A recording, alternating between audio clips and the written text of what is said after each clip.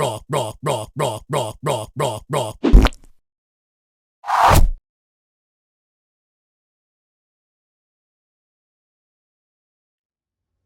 a lot of people have been sending me emails about, oh, look at the problems Colt's been having, and they've been linking me to the Hickok video.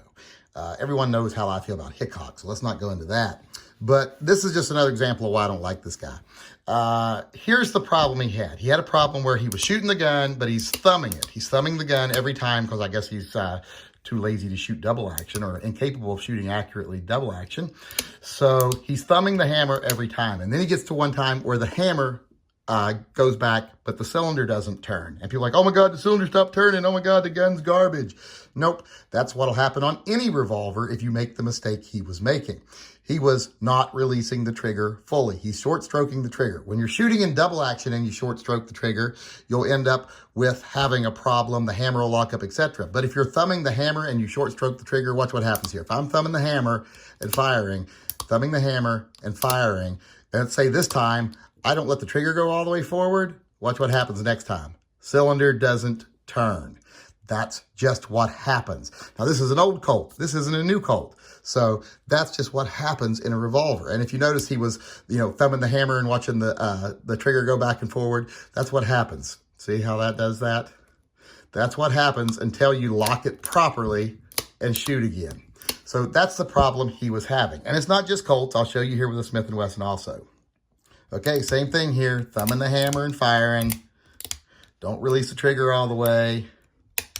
Cylinder doesn't turn. And then after that, you have to lock it back fully, or it'll just do this until you do, and then it works fine.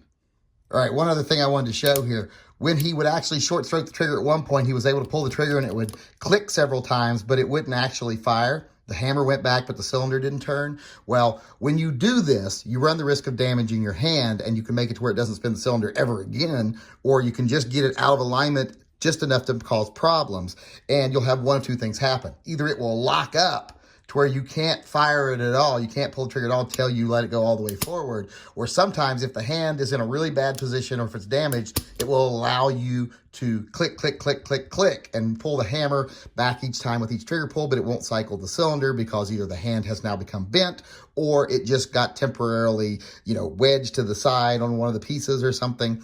But that doesn't happen very often. It's rare that that happens, but it can happen. And if you know anything about revolvers, you would realize that it's happening. So there you have what the problem is. The problem wasn't the gun, the problem is the shooter.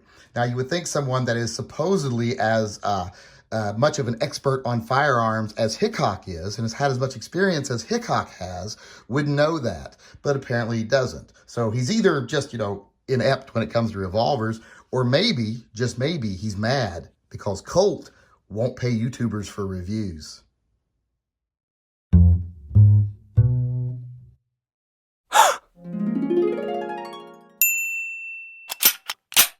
Oops. Go ahead. It's a lady at 46 South Road. 46 South Road. Greenfield. Station 1 call, retone that please. 10-4. Captain 4 to go to that location also. This is 1-9, is that correct?